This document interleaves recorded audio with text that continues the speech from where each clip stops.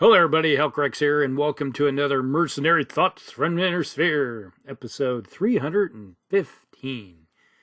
And today we're going to be talking about the Thunderhawk, 100-ton 350 moving mech that can dish out a little bit of firepower out at range. Alright, the Thunderhawk. Yes, it's a 350. It has a XL engine, coming in at 100 tons, has 10 standard heat sinks for some reason. Don't know why. And then we have maximum armor, 19.5 at 307 points. So it's going to take a while to get to that XL engine because, hey, you're protected by a little bit of armor, roughly 32 points. So even if you're fighting against the clans, you can take 2 Gauss rounds or 2 PPCs and still have some armor left. Just hope that something else doesn't come through. But yeah, that's the thing you get with 100 ton. But that's still a major weakness with this mech. But there's some strength to go with it. All right, we have a Gauss rifle in the right arm. We have a Gauss rifle in the right torso. We have a Gauss rifle in the left torso. So yes, it has 3 Gauss rifles.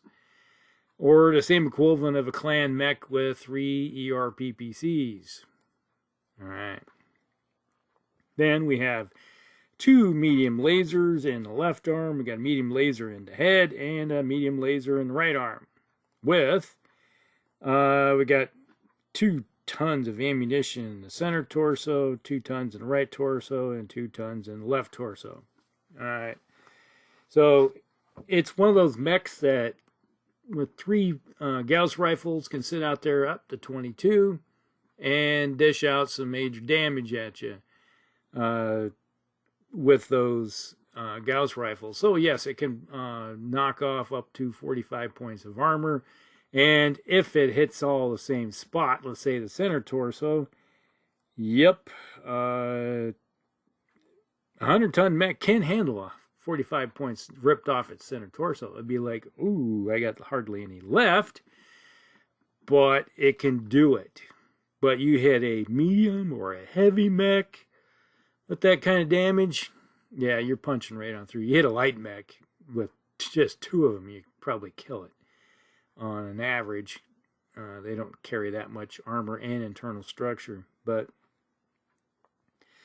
it is one of those mechs that, yes, it's a slow plugging away mech. It's a plugger with its 3-5 movement, but it's a good fire support mech for ripping off large chunks of armor off of a target.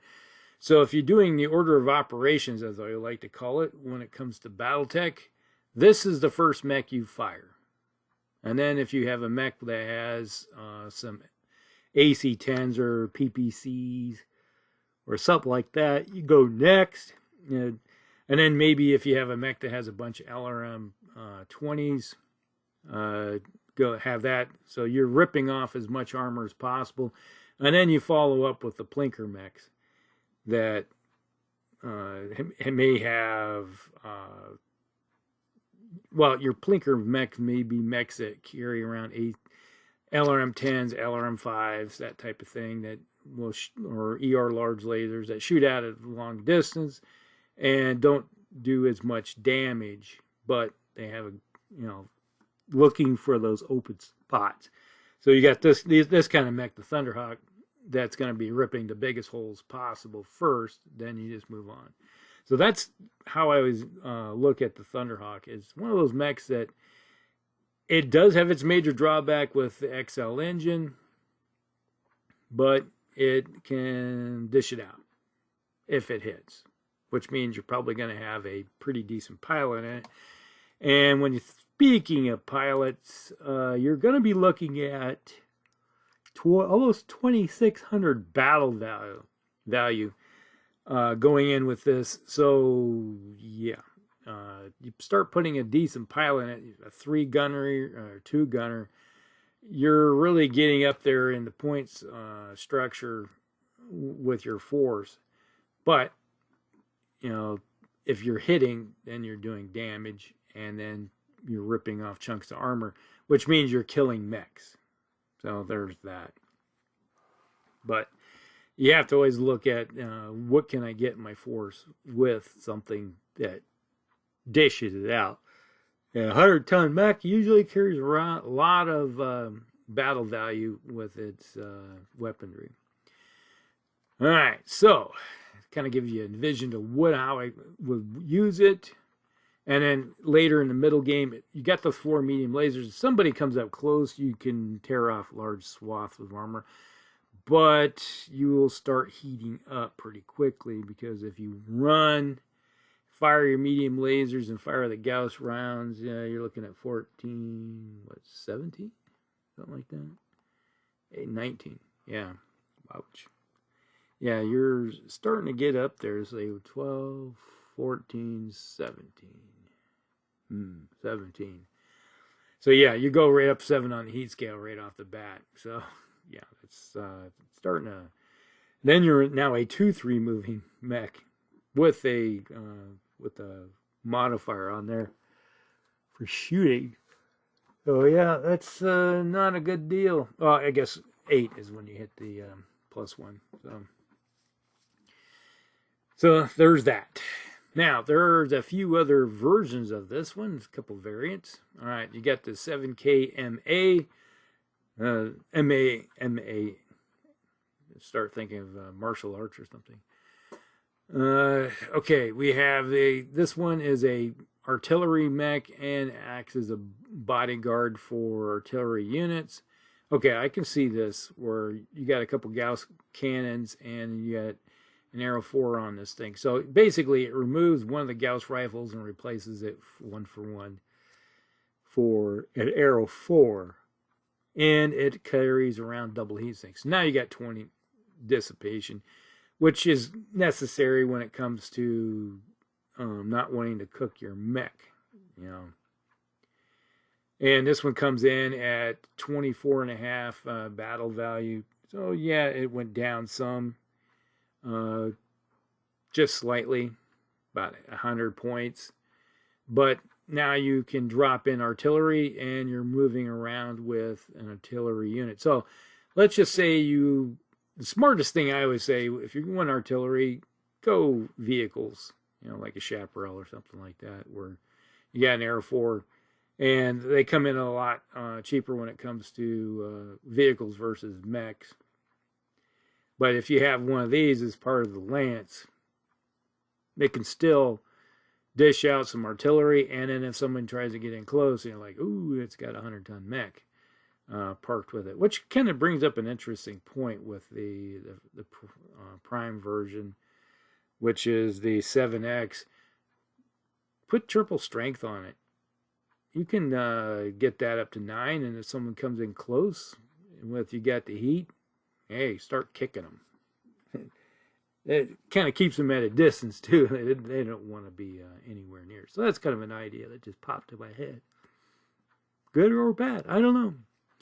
But triple strength, if you're going to have a hot mech, make use of it. That's all I got to say. Then we got the 7S. This version uses a light fusion engine, sacrificing 2 medium lasers, 2 tons of Gauss ammo, and a ton of armor. And I'm just thinking, why don't you just use ferrofibrous armor with that too?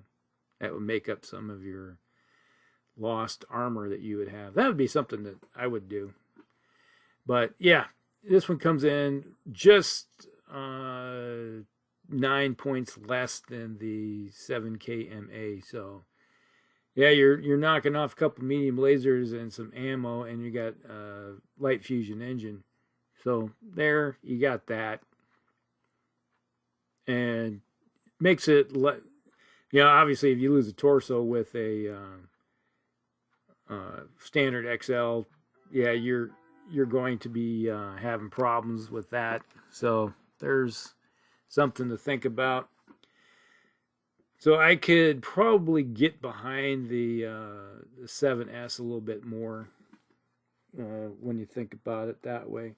Now, if you're still using it as a fire support mech, it's not a big loss to lose the 2 medium lasers. Then we got the 7Y, 7 Yankee. This one removes 4 medium lasers and replaces them with 2 medium pulse lasers. For up close, it loses firepower, but you're gaining the mods up close for shooting it. Let's say taking out light moving mechs that will have those mods going against you. And this one comes in almost close to 2,500 battle value. So it just kind of shows you the difference in battle value that medium pulse lasers compared to standard. You went from having 4 medium lasers to 2 medium pulse lasers, and the battle value goes up. Yeah. Okay. I'm not a big fan of medium pulse lasers myself, unless they're clan medium pulse lasers, and I'm all behind them. But inner sphere medium pulse lasers, for that matter, any of them, I'm just like, no, I don't really care to even bother putting them on. I'd rather have a firing bank of medium lasers myself, which is how I kind of roll. And you throw enough stuff at the wall, something's gonna stick. So yeah, just think about it that way.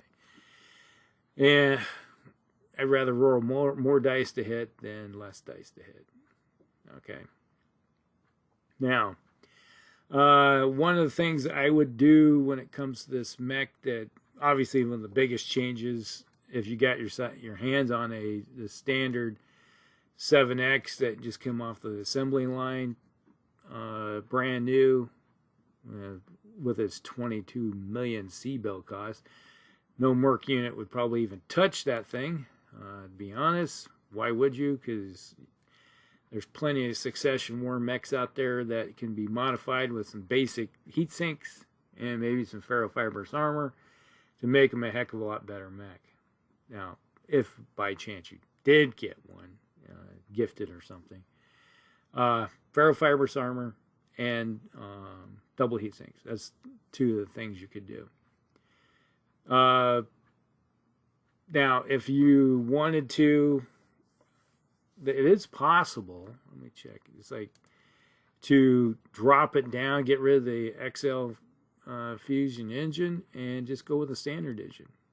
It is possible, but that would come at the cost of having to put on ferrofibrous armor, double heat sinks, and get rid of one of the Gauss rifles and replace it with an ERPPC to save some of the tonnage. And so you'd still have 2 Gauss rifles, 4 medium lasers, and ERPPC. But with that, you do have some extra tonnage where you could add a couple of more heat sinks if you want to, or give yourself tag, or a C3 slave. So you got some tonnage left over. It's like, I think it's 2.5 tons afterwards. So yeah, you could go with the PPC, 2 Gauss rifles, 4 medium lasers, and a depends on if you're part of a network or not, or something of that nature. So, or give yourself some ECM and have 1 ton left over for a C3 or a tag, or another heat sink. So there. Since you are running an ERPPC, that's 15 heat. You can fire that, run and fire both Gauss rifles and be at 20. So that is possible. So when it comes to a fire support mech, you have no problem there. And if you get in close, you can always shut off the PPC, fire the Gauss rifles and the 4 medium lasers, go that route if you want to. So there's some ways of changing things.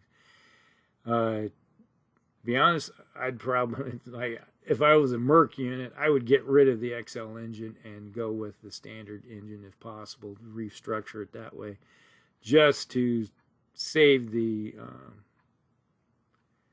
fragility of it and the cost of having to run an XL. So, because those things are kind of expensive. It will cut the cost down a bit. And let's see, what the one version I got here only comes in at a little over 2,000 battle value. So you can cut the cost down some. So there. And you got 305 points of armor. So you're only 2 points short. So there. And let's see how many points. You got 17. Yeah, if you go 17 tons with ferrofibers, yeah, you just saved yourself 2.5 tons right there. Okay, so that's the Thunderhawk. There's a couple ways to skin this beast. If you're facing off against it, and you hope you just throw all the rounds that you hit with go into one torso and take out that torso, like a right or left torso. So there's that. It is a slow mech. It operates very similar to seeing an Atlas on the battlefield, slow plugger type of thing. But it can dish it out. So there you go. That is the Thunderhawk. So you see one, give her a shot. If you want to play with one, give it a shot. It's kind of an interesting one. Can be modified to a certain extent if you want to. There you go.